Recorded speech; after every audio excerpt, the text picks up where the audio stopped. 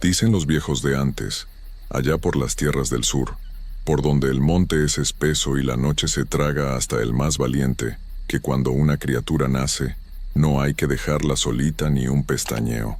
Cuentan que hay cosas allá afuera, bultos negros que vuelan bajito, mujeres que se quitan las piernas y se vuelven pájaros grandes para buscar la sangre tierna de los que no tienen el agua bendita en la frente. Son sombras malditas que huelen la inocencia a leguas y se meten por las rendijas de las casas, como si fueran viento, buscando dejar los brazos de las madres limpios y fríos. Yo no creía en esas pláticas. Pensaba que eran puros cuentos de los abuelos para asustar a la gente en los velorios, pero me tocó vivirlo en carne propia. Y desde esa noche mi alma se quedó muerta, vagando en la pura penumbra. Mi nombre es Sara. Soy de un pueblito humilde del sur de México, y hoy que ya cargo con 52 años a cuestas, les voy a contar cómo fue que la noche me robó lo que más amaba en este mundo, dejándome para siempre con el corazón roto y los brazos vacíos. Todo empezó cuando estaba jovencita. Apenas tenía 19 años cuando me casé con el que era mi esposo en ese entonces. En el pueblo, ya saben cómo son las costumbres. Uno se casa, y lo primero que la gente espera es que la casa se llene de chamacos. Pero a mí la dicha no me llegaba fácil. Pasaban los meses, pasaban los años, y mi vientre nomás seguía seco. Cada mes que pasaba era un llanto escondido detrás del fogón, aguantando las miradas pesadas de las vecinas y los comentarios de la familia que decían que yo no servía para ser mujer. Mi esposo también se desesperaba, aunque no me lo decía para no ponerme más triste, pero yo le veía en los ojos las ganas de cargar a un hijo. Rezamos a cuanto santo nos decían, tomé remedios de hierbas amargas que me daban las ancianas, tés de cuanta raíz encontrábamos en el monte, y nada. Así se nos fueron los años, entre la angustia y el deseo de tener una familia, hasta que cuando ya casi perdía la esperanza, el milagro se nos hizo. Cuando supe que venía mi criatura, sentí que el cielo se abría y que todo el sufrimiento de atrás se borraba de golpe.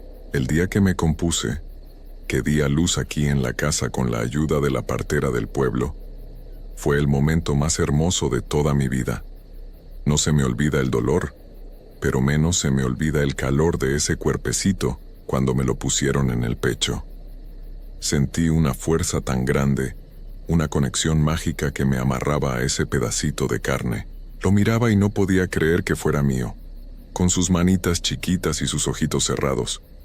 Mi esposo lloraba de la emoción, y por una semana completa sentimos que la felicidad se había quedado a vivir para siempre en nuestra humilde casita de adobe y techo de lámina. Pero la alegría en esta vida dura bien poco, y lo que venía marchando con la noche era algo que ningún ser humano debería soportar. Apenas cumplió la semana de nacido el niño, las cosas cambiaron de una manera muy fea. El ambiente en la casa se puso pesado, helado, como cuando va a caer una tormenta de esas que arrancan los árboles. Justo cuando daban las 8 de la noche, las luces del pueblo flaqueaban y mi tierno empezaba a llorar, pero no era un llanto de hambre ni de cólico. Era un grito desesperado, un lamento que se le salía del pecho como si estuviera viendo al mismísimo demonio parado frente a su cuna. El pobrecito pataleaba, se ponía moradito de tanto gritar, y no había nada en este mundo que lo calmara, ni el pecho, ni los arrullos, ni las mantas calientes. Así se pasaba toda la santa noche, desde las 8 hasta que empezaba a clarear el día por el cerro. En cuanto salían los primeros rayos del sol, el niño se callaba de golpe y se dormía, como si la luz lo salvara de un peligro que nosotros no podíamos ver.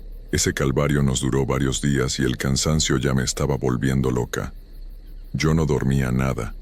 Me la pasaba dando vueltas por todo el cuarto con el niño en brazos, rezando el Ave María en voz baja mientras sentía cómo los ojos se me cerraban del puro sueño. Mi esposo caía rendido porque trabajaba todo el día en el campo, y yo me quedaba sola con el pendiente.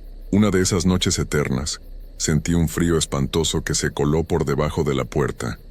Un frío que calaba hasta los huesos y que olía a azufre y a monte quemado. Los perros del vecindario empezaron a aullar de una forma horrible, no como cuando ladran a un extraño, sino con un miedo que arrastraban desde el suelo, como si presintieran que la muerte andaba rondando cerca de las casas. Mi criatura gritaba con más fuerza.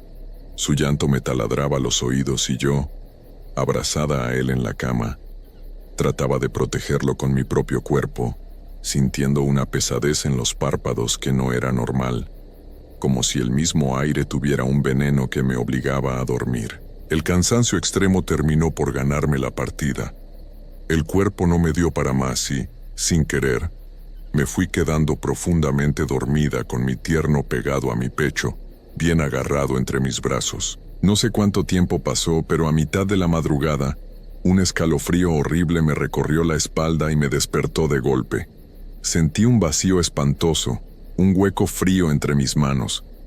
Cuando abrí los ojos a la penumbra del cuarto, me di cuenta con horror de que mis brazos estaban vacíos. El niño ya no estaba conmigo. La desesperación me saltó al cuello y me levanté de la cama como loca, buscando en la oscuridad, tocando las cobijas, gritando el nombre de mi esposo, pero él parecía estar en un sueño tan profundo que ni mis gritos lo despertaban. De repente, en medio del silencio de la noche, escuché un quejido bajito, un llanto apagado que venía de afuera, del patio trasero. Salí corriendo descalza, sin importarme las piedras ni el frío de la tierra. La luna alumbraba el patio con una luz pálida y macabra. Caminé hacia el fondo, cerca del árbol de mangos, guiada por ese sonido tan débil. Y ahí lo vi. Mi pobrecito hijo estaba tirado sobre la tierra fría, boca arriba. Corrí a levantarlo, a pegarlo a mi pecho para darle calor, pero en cuanto mis manos tocaron su piel, sentí el hielo más espantoso del mundo. Mi tierno ya no respiraba. Sus ojitos estaban abiertos mirando a la nada y su carita hermosa estaba marcada por la desgracia. Tenía unos moretones morados en sus bracitos y marcas extrañas, como de mordidas de algún animal grande. Pero yo sabía muy bien que ningún perro se mete a una casa a sacar a un niño sin hacer ruido. Algo malo, algo del más allá, se lo había llevado para quitarle la vida en la oscuridad del patio. Los gritos míos despertaron a los vecinos y a mi esposo, que salieron a ver la desgracia. Mi suegra, que era una mujer vieja y sabia de las cosas del pueblo, llegó corriendo y en cuanto vio al niño, se soltó a llorar y se persignó con miedo. Me dijo con la voz temblorosa que eso había sido obra de una bruja del monte, de esas mujeres que se transforman por las noches, y que todo había pasado porque nos habíamos descuidado y no habíamos llevado al niño a la iglesia para que le pusieran el agua bendita del bautizo. Decía que las criaturas que mueren sin el bautismo son las presas favoritas de esas sombras hambrientas que habitan en la oscuridad. Yo no podía escuchar nada de lo que decían. Me quedé abrazada a ese cuerpecito frío, meciéndolo bajo la luz de la luna, maldiciendo mi suerte y el maldito sueño que me venció. Después del funeral, que fue el día más triste y gris de toda mi existencia, la casa se volvió un cementerio para mí. El silencio era tan pesado que me lastimaba el alma. Me sumí en una depresión tan profunda que pasaba los días enteros sentada en un rincón del cuarto, mirando los brazos vacíos, sintiendo todavía el peso de mi niño y escuchando su llanto en cada rincón de la casa, sobre todo cuando daban las 8 de la noche. Mi esposo intentaba hablarme. Me rogaba que comiera, que saliera adelante y con el tiempo, empezó a insistirme en que debíamos intentar tener otro hijo, que la vida seguía y que necesitábamos llenar ese vacío. Pero yo no podía. El miedo me había secado por dentro. Pensar en volver a pasar por lo mismo, en sentir otra vez la sombra acechando en la ventana, me helaba la sangre. No podía perdonarme el haberme dormido. Sentía que yo misma se lo había entregado a esa maldita cosa de la noche. Al ver que no podía sanar mi corazón y que la insistencia de mi esposo se volvía una carga que ya no podía soportar, tomé la decisión de agarrar mis pocas pertenencias y marcharme de la casa y del matrimonio. Dejé todo atrás: el pueblo, los recuerdos, el amor de mi vida, huyendo de ese dolor que se había quedado pegado en las paredes de adobe. Desde hace casi 30 años vivo sola, errante por diferentes rumbos, arrastrando este trauma que no se me quita ni con los años. Ya soy una mujer grande, pero cada noche, cuando la oscuridad cae y el reloj marca las 8, se me eriza la piel y abrazo mis brazos vacíos, cargando con la pena eterna de saber que un ser maligno, una sombra de la noche, me arrebató la dicha más grande de mi vida y me dejó muerta en vida para siempre. Dicen por ahí que las brujas del monte no entran a las casas así como así, que primero mandan una peste, un viento helado que marea a la gente y atonta a los animales. Yo no creía en esas cosas. Pensaba que eran puros cuentos que platicaban los viejos en las tardes de calor allá en mi pueblo, en el sur de México, para pasar el rato. Pero me tocó verlo con mis propios ojos una noche de tantas, cuando el cielo se puso color de hormiga y el aire olía a puro azufre. Aquella vez comprendí que la maldad del mundo no siempre camina en 2 pies, sino que a veces vuela bajito, buscando la pureza de los inocentes que todavía no tienen la marca del agua bendita en la frente. Lo que vi esa noche trepado en la azotea me dejó seco el corazón y me quitó el sueño para siempre. Fue algo tan espantoso, una cosa tan grande y fea, que todavía cuando me acuerdo se me eriza el pellejo de puro miedo. Mi nombre es Mateo y les voy a contar cómo fue que estuvimos a un pelito de que una sombra de la noche se robara la vida de la criatura de mi vecina, dejándonos a todos marcados por el horror de lo que se esconde cuando la luz del sol se apaga. Todo comenzó una temporada en que el calor estaba insoportable, de ese calor del sur que te hace sudar a medianoche aunque estés quieto. Mi vecina de al lado, una muchacha joven que apenas se había mudado con su esposo, acababa de componerse. Había tenido una niñita preciosa que no tenía ni las 2 semanas de nacida. Todo era felicidad en esa casa. Se escuchaban las risas y los cantos con los que la arrullaban por las tardes. Pero de buenas a primeras, la tranquilidad del barrio se empezó a descomponer de una manera muy extraña. Una noche, justo cuando el reloj daba la medianoche, los perros de la cuadra empezaron a ladrar, pero no era el ladrido de siempre, ese que dan cuando pasa un borracho o un gato por la barda. Era un llanto, un aullido largo y arrastrado que salía desde el fondo del pecho de los animales, como si estuvieran viendo a la mismísima muerte parada en la esquina. El ambiente se puso tenso, tétrico, de esos que te dan un vuelco en el estómago y te entran unas ganas tremendas de atrancar bien las puertas y las ventanas. Al principio, mi familia y yo pensamos que a lo mejor andaba algún tlacuache o un animal del monte alborotando los corrales, porque la casa de la vecina colindaba con un terreno lleno de maleza y árboles viejos. Mi papá salía al patio con una lámpara de mano y les gritaba a los perros para que se callaran. Les aventaba piedras para ahuyentarlos, pero no servía de nada. Al contrario, con cada noche que pasaba, el comportamiento de los animales se volvía mucho más agresivo. Se juntaban en la barda que dividía nuestra propiedad con la de la muchacha y empezaban a rascar la tierra con una furia desesperada, pelando los dientes y aventando tarascadas al aire, como si estuvieran peleando con un enemigo invisible que se les burlaba desde lo alto. Era una cosa fuera de lo común. Los perros terminaban con el hocico sangrando de tanto morder los ladrillos y las láminas, poseídos por un coraje que no les conocíamos. El ruido era insoportable, y ya nadie en la casa podía conciliar el sueño, por el puro pendiente de saber qué era lo que traía tan locos a los animales. Pasaron 3 noches seguidas con el mismo alboroto, y la situación ya nos tenía con los nervios de punta. La madrugada de la 4ª noche, el escándalo fue todavía peor.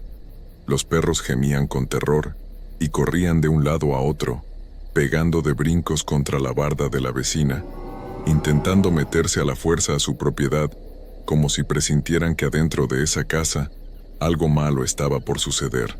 El llanto de los animales se mezclaba con el viento que soplaba fuerte y hacía rechinar las láminas de los techos. Yo ya no aguantaba la curiosidad ni el miedo que me carcomía por dentro. Sentía una corazonada muy fea, una opresión en el pecho que me decía que aquello no era normal. Pensé que a lo mejor algún malviviente se quería meter a robar aprovechando el desorden, así que me armé de valor, agarré una linterna vieja y decidí subir por las escaleras de cemento que daban a la azotea de mi casa para tener una mejor vista de lo que estaba pasando en el patio de al lado. Conforme iba subiendo los escalones, el frío se iba poniendo más espeso, un frío que no correspondía a la época de calor que estábamos viviendo y que me calaba directo en los huesos. Cuando llegué a la parte más alta, me arrastré despacito para no hacer ruido y me fui acercando a la orilla del pretil que daba hacia la casa de la vecina. El escándalo de los perros abajo era ensordecedor, pero en cuanto asomé la cabeza por encima del muro para mirar hacia la azotea de junto, el corazón se me paró en seco y la sangre se me convirtió en puro hielo. A escasos metros de mí, sentada a la orilla del techo vecino, había una figura enorme, voluminosa, una entidad impactante que jamás en mi vida me hubiera imaginado encontrar. El tamaño de esa cosa era descomunal, ocupaba un espacio grandísimo y la pura presencia que despedía te dejaba sin aliento, como si una vibra maldita inundara todo el lugar. Me quedé petrificado, sin poder mover un solo músculo del cuerpo, mirando fijamente a esa aparición espantosa bajo la pálida luz de la luna. Las facciones de esa cosa eran una mezcla horrenda que desafiaba toda lógica. Tenía el cuerpo arqueado y robusto, con unas extremidades pesadas que recordaban la figura de una anciana muy robusta, pero al mismo tiempo estaba cubierta por una especie de plumaje denso, negro y grasoso, como el de un ave gigantesca del monte. No tenía pies, sino unas garras grandes que se aferraban al concreto de la azotea, y su cabeza se movía de un lado a otro con unos espasmos secos, mirando fijamente hacia la ventana del cuarto donde dormía la vecina. Sentí que el aire me faltaba. Esa cosa no pertenecía a este mundo. Era un ser de pura oscuridad que estaba acechando, esperando el momento exacto en que todos se durmieran para meterse por el techo y llevarse a la criatura. El terror me nubló la vista. Quise gritar para alertar a los de abajo, pero la voz se me quedó atorada en la garganta, seca como el polvo. En ese preciso momento, la enorme figura hizo un movimiento brusco y giró un poco el cuerpo, como si hubiera sentido mi presencia o el haz de luz de mi linterna que temblaba en mis manos. Del puro miedo, me eché para atrás, tropezando con mis propios pies y caí de espaldas sobre el piso de la azotea. Me levanté como pude, arrastrándome en la oscuridad, y bajé las escaleras a tropezones, con el corazón queriéndome saltar del pecho y las lágrimas saliéndome de los ojos por la pura impresión de haber visto semejante aberración. Al llegar abajo, mi papá me vio la cara de muerto que traía y me preguntó qué me pasaba, pero yo nomás señalaba para arriba, temblando como una hoja verde en medio de la tormenta. Cuando por fin pude articular palabra, les conté a mis papás lo que había visto allá arriba. Mi papá agarró el machete y subió corriendo a la azotea junto con mis tíos, pero para cuando ellos llegaron al techo, la enorme figura ya había desaparecido sin dejar el menor rastro, perdiéndose en la negrura de la noche. Sin embargo, el ambiente seguía oliendo raro y los perros, aunque ya no ladraban con tanta furia, se quedaron arrinconados en las esquinas del patio, temblando y gimiendo bajito con las orejas gachas, como si el miedo todavía les durara en el cuerpo. Esa noche nadie en mi casa pudo volver a pegar el ojo. Nos quedamos todos juntos en la sala, rezando el rosario en voz baja y esperando con ansias divinas que las primeras luces del amanecer empezaran a aclarar el cielo para espantar a los malos espíritus. En cuanto salió el sol y el pueblo empezó a tener movimiento, mi mamá y yo fuimos a la casa de la vecina para informarle sobre lo sucedido la noche anterior. La muchacha nos recibió con una cara de cansancio tremenda, pues decía que la niña no había dejado de llorar y que ella sentía una pesadez muy extraña en todo el cuerpo que no la dejaba ni levantarse de la cama. Cuando mi mamá le platicó detalladamente lo que yo había visto en su azotea y cómo los perros intentaban defender la casa, la vecina se puso pálida como un papel y soltó el llanto. Ella comprendió de inmediato la tremenda amenaza que acechaba a su bebé. Sabía muy bien que en los pueblos del sur, cuando una criatura nace y no está protegida, las cosas de la oscuridad la buscan sin descanso para secarla por completo. Sin pensarlo 2 veces y muerta del puro espanto, la mujer agarró las pocas ropas de su niña, la envolvió en una manta bendita y tomó la decisión de refugiarse esa misma tarde en la casa de su madre, que vivía en otro pueblo más grande y cercano a la iglesia. No quería pasar ni una sola noche más en esa vivienda, que ya estaba marcada por la mirada de la bruja. Pocos días después de haberse ido, nos enteramos por los familiares que realizaron el bautizo de la niña de urgencia, echándole el agua bendita y poniéndole las oraciones de protección para que ninguna sombra maldita pudiera volver a tocarla ni a oler su inocencia. A partir de ese preciso momento en que la criatura recibió el sacramento y se marchó del vecindario, las cosas cambiaron por completo de la noche a la mañana. Los perros de la cuadra dejaron de alborotarse. Ya no hubo más aullidos de terror ni lamentos de medianoche que nos partieran el alma. Los animales volvieron a su ser, echándose tranquilos en los patios y cuidando las casas como siempre lo habían hecho. La calma y la tranquilidad regresaron por fin al vecindario. El aire volvió a sentirse limpio, y el calor de la temporada ya no traía ese olor a azufre que nos helaba la sangre. Pero yo, desde aquella terrible madrugada en que me asomé a la azotea, nunca volví a ser el mismo. Aprendí a respetar la oscuridad y a saber que en las noches del sur hay cosas volando en el cielo que nomás esperan un descuido para arrancar lo que más queremos. Hay cosas que uno ve y que uno quisiera no haber visto nunca, cosas que se te quedan pegadas en la mente, como una mancha que no se va por más que uno intente olvidarlas. Dicen los viejos en los pueblos del sur de Oaxaca que la sierra guarda sus propios secretos, que hay criaturas que viven entre los árboles y que no son ni animales ni personas, sino algo que no tiene nombre en ningún idioma, algo que se alimenta de lo más puro que existe en este mundo.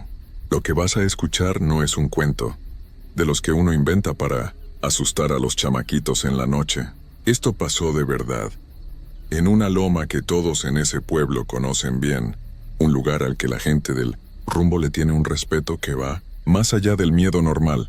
Le llaman la Loma Virgen, y quien te cuenta esto es Eliud, un muchacho de San Marcos Tlapazola, en los valles centrales de Oaxaca, que a sus 20 años vio algo que le cambió la vida para siempre, algo que ningún ser humano debería ver jamás. Eliud creció en un pueblo chico donde todo el mundo se conoce, de esos lugares donde uno sale a la calle y ya sabe con quién se va a topar, donde las noticias corren más rápido que el viento y donde las historias de aparecidos se cuentan desde que uno es chico, sentados alrededor del fogón mientras la abuela tortea. Desde morro, Eliud fue de los que no le tenía miedo a la oscuridad. Le gustaba la noche, el cielo lleno de estrellas, el silencio de la sierra cuando todo el mundo ya está dormido y solo se escuchan los grillos y el viento entre los pinos. Por eso, desde que cumplió los 16, acostumbraba salir con sus amigos a acampar en los cerros cercanos al pueblo.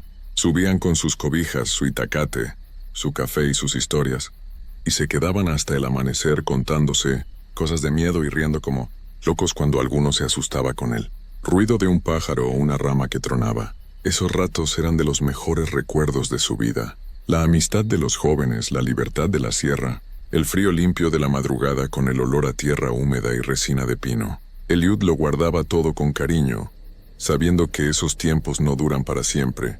Los amigos se van casando, se van yendo a la ciudad a buscar trabajo.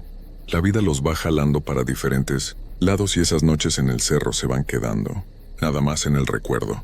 Por eso, cuando llegó aquel octubre y sus cuates no pudieron ir, él tomó la decisión que tal vez nunca debió haber tomado. Su mamá, la señora Consuelo, le dijo que no fuera. Se lo dijo con esa voz que tienen las madres cuando sienten algo que no pueden explicar con palabras, esa corazonada que les llega desde adentro y que casi nunca se equivoca. Le dijo que esperara a que sus amigos pudieran acompañarlo, que la sierra de noche no era lugar para andar solo, que ya había tiempo para esas cosas. Pero Eliud tenía 20 años y la terquedad propia de esa edad, y le dijo que no se preocupara, que ya había subido muchas veces, que conocía bien el camino y que en la mañana estaba de vuelta para el desayuno. La señora Consuelo se quedó parada en la puerta viéndolo alejarse, con los brazos cruzados y el corazón apretado, como si supiera que algo no iba a salir bien. La Loma Virgen es un cerro que queda a unos 40 minutos del pueblo caminando, un lugar elevado desde donde se puede ver toda la extensión del valle, con sus milpas y sus casas chiquitas allá abajo, y arriba el cielo abierto como un mar oscuro lleno de luceros. Eliud llegó antes de que cayera del todo la noche. Acomodó su petate, prendió una pequeña fogata, calentó sus frijoles y su café, y se sentó a mirar las estrellas. Estuvo un buen rato así, en ese silencio que tiene su propia forma de hablar, escuchando el viento y pensando en sus cosas en la vida, en lo que quería hacer cuando creciera más, en los amigos que ya empezaban a tomar otros caminos. Por un momento pensó que su mamá tenía razón, y que hubiera sido mejor esperar, pero el cerro estaba tranquilo y bonito, y el café estaba calientito, y el miedo que pudo haber sentido se fue diluyendo entre las estrellas. Pasó la noche sin ningún contratiempo. Durmió algunas horas envuelto en su cobija, con el frío de la sierra metiéndosele por la nariz, y cuando empezó a clarear, decidió que ya era hora de bajar. Pero entonces se le ocurrió una idea. Siempre bajaban por el mismo camino, el que está del lado norte, el que es más ancho y más fácil. Pero esa mañana Eliud pensó que sería buena idea bajar por la arboleda, por el lado donde los árboles están más juntos, y la vereda es más angosta, solo para que el regreso tuviera algo diferente, algo más de aventura. Era temprano todavía, apenas estaba amaneciendo, y la luz se colaba entre los pinos en hilos dorados que hacían al bosque verse como una cosa de otro mundo, bonita y misteriosa al mismo tiempo. Bajó despacio, abriéndose paso entre las ramas, escuchando el canto de los pájaros que empezaban a despertarse. Todo estaba bien, todo estaba normal. El mundo era ese lugar conocido y tranquilo que había sido siempre para él, hasta que llegó a la parte baja de la arboleda, donde los árboles empiezan a aclararse, y ya se puede ver la carretera allá adelante, y escuchó algo que lo detuvo en seco. Era un llanto de bebé. Clarísimo, inconfundible, el llanto quebrado y agudo de un recién nacido o de un niño muy chiquito, saliendo de algún lugar entre los arbustos que tenía enfrente. Eliud se quedó quieto un momento, con el corazón dándole un brinco. El llanto no paraba. Era constante, lastimero, de esos que a uno le aprietan el pecho, aunque no conozca al chamaquito. Lo primero que pensó fue que quizás alguna mujer había tenido un accidente, que alguien necesitaba ayuda. No era descabellado pensar que por ahí pudiera pasar alguien en esas horas, aunque sí era raro a esa hora de la madrugada, y en ese lugar apartado. Pero el llanto era tan real, tan cercano, tan desesperado, que Eliud no pudo quedarse parado. Empezó a caminar despacio hacia donde venía el sonido, apartando las ramas con cuidado, tratando de no hacer ruido para no asustar a quien estuviera ahí. Avanzó unos 10 metros, tal vez 15, cuando los árboles se abrieron en un claro pequeño, un espacio redondo donde la tierra estaba limpia de hierba y la luz del amanecer entraba directamente desde arriba. Y ahí fue cuando lo vio. Ahí fue cuando el mundo de Eliud se partió en dos, el de antes y el de después de esa mañana. Había una figura en medio del claro, una persona, una mujer, aunque decirle persona ya le cuesta trabajo a Eliud cuando lo cuenta. Estaba de espaldas a él, pero algo en su forma de estar parada era raro, torcido, como si las leyes del cuerpo humano no aplicaran del todo para ella. El cabello era largo, oscuro, completamente enredado y revuelto, cayéndole por la espalda hasta la cintura como una maraña de zarzas negras. En las manos sostenía algo. Eliud tardó unos segundos en entender lo que estaba viendo, porque la mente a veces se niega a procesar ciertas cosas, las rechaza como si supiera que recibirlas va a hacer daño. Pero lo vio con toda claridad. La mujer sostenía a un bebé de los pies cabeza abajo, suspendido en el aire como si fuera la cosa más normal del mundo. El bebé lloraba, movía los bracitos, y el llanto que Eliud había escuchado desde arriba era el llanto de esa criatura colgada en el aire en ese claro solitario en medio del bosque. Eliud no podía moverse, no podía gritar, no podía hacer nada más que ver, paralizado, con las piernas convertidas en piedra y el aire atorado en la garganta. Lo que pasó después es lo que Eliud no puede contar sin que la voz se le quiebre. La mujer, sin voltear, sin hacer ningún movimiento brusco, con una calma que daba más miedo que cualquier grito, estiró el brazo de la criatura hacia un lado, y con una facilidad que no tenía nada de humano, con la misma tranquilidad con que uno arranca un racimo de plátanos del árbol, cuando ya están maduros, desprendió el bracito del bebé. Así, sin esfuerzo, sin que el cuerpo de la criatura resistiera como debería resistir. Solo un movimiento suave y terrible, y el bracito ya no estaba donde debía estar. El llanto del bebé cambió en ese momento. Se volvió algo que Eliud no tiene palabras para describir, algo que no había escuchado antes y que espera no volver a escuchar nunca. Pero lo que más lo heló fue lo que vino después, porque la mujer, o lo que fuera esa cosa que tenía forma de mujer, se llevó la extremidad a la boca y empezó a comer. Así, de pie en el claro sin apuro, como si estuviera comiendo algo que había preparado con cuidado. En ese momento la figura giró ligeramente y Eliud pudo ver de reojo una parte de su cara. No era un rostro humano, era algo deforme, aplastado, con facciones que no estaban en el lugar correcto, con unos ojos que brillaban con una luz que no venía de ningún lado, porque ahí dentro, entre los árboles todavía era de madrugada, y no había nada que pudiera reflejarse así. En los pueblos del sur de México, en Oaxaca, en Guerrero, en Chiapas, los viejos hablan de las brujas. No de las brujas de cuento, con sombrero puntiagudo y escoba voladora. Hablan de algo real, de mujeres que hacen un pacto con fuerzas que uno no quiere ni nombrar, que se transforman en la noche y que tienen hambre de cosas que los seres normales no podemos entender. Dicen que se alimentan de la inocencia, de la vida que apenas empieza, que es la más pura y la más llena de fuerza. Eliud no había creído del todo en esas historias, aunque las había escuchado desde chico. Esa mañana dejó de ser alguien que duda. El tiempo que pasó desde que Eliud vio aquello hasta que logró moverse no lo puede medir. Pudo haber sido un segundo, o pudo haber sido 10 minutos.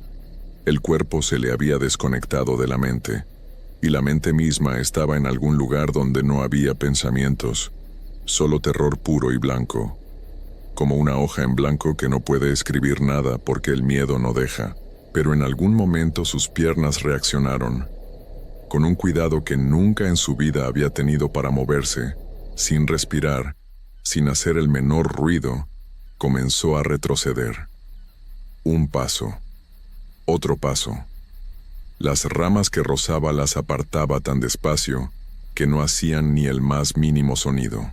Sus ojos no se despegaban de la figura en el claro, rezando por dentro con todas las oraciones que recordaba, con todo lo que su mamá le había enseñado, pidiéndole a Dios y a la Virgen y a todos los santos que esa cosa no volteara. No volteó. O si volteó, Eliud ya no estaba ahí para verlo. Cuando calculó que tenía suficiente distancia, cuando los árboles ya habían cerrado entre él y el claro y ya no podía ver ni oír nada de lo que había ahí, echó a correr. Corrió como nunca había corrido en su vida. Corrió sin importarle las ramas que lo arañaban en la cara y en los brazos, sin importarle las piedras del camino ni las raíces que se le atravesaban en los pies, sin importarle nada más que alejarse de ese lugar lo más rápido que le daban las piernas. Corrió todo el trecho hasta la carretera, y de la carretera al pueblo, y del pueblo hasta la puerta de su casa, sin parar, sin voltear una sola vez. La señora Consuelo lo estaba esperando sentada en la entrada, con su rebozo y su café, como si hubiera sabido que algo había pasado. Cuando vio llegar a su hijo con la cara blanca como el papel, temblando de pies a cabeza, sin poder hablar, lo metió a la casa y lo sentó y le puso las manos en la cara y le preguntó qué había pasado. Eliud tardó un buen rato en poder decir algo, y cuando por fin habló, le contó todo. Su mamá lo escuchó sin interrumpirlo, con esa seriedad que tiene la gente del pueblo cuando sabe que ciertas cosas son verdad sin necesidad de que nadie las pruebe. Cuando Eliud terminó, la señora Consuelo se persignó 3 veces. Se levantó, fue a buscar al curandero del barrio, y esa misma tarde le hicieron una limpia que duró horas. En los días siguientes, Eliud esperó que hubiera noticias, que alguien en el pueblo reportara algo, que apareciera alguna familia buscando a un bebé, que llegara algún rumor desde los ranchos cercanos. Pero no hubo nada, nada de nada. El pueblo siguió igual que siempre, con sus días tranquilos y sus atardeceres lentos, y sus gentes yendo y viniendo por las mismas calles de siempre, como si esa madrugada nunca hubiera pasado, como si el claro en la arboleda no existiera. Eso de alguna manera fue lo más perturbador de todo para Eliud, que el mundo siguiera normal, cuando él sabía perfectamente bien que algo en ese bosque no lo era. Eliud tiene ahora más de 40 años y vive todavía en San Marcos Tlapazola, en la misma casa donde creció, a unas calles de donde vivía su mamá. Nunca volvió a acampar. No porque no le guste la sierra, que sigue siendo su tierra y su mundo, sino porque hay cosas que uno aprende de una sola vez y que no necesita repetir para entenderlas. Aprendió que la noche en la sierra tiene sus propias reglas, reglas que no están escritas en ningún lado, pero que la gente del rumbo conoce de generación en generación.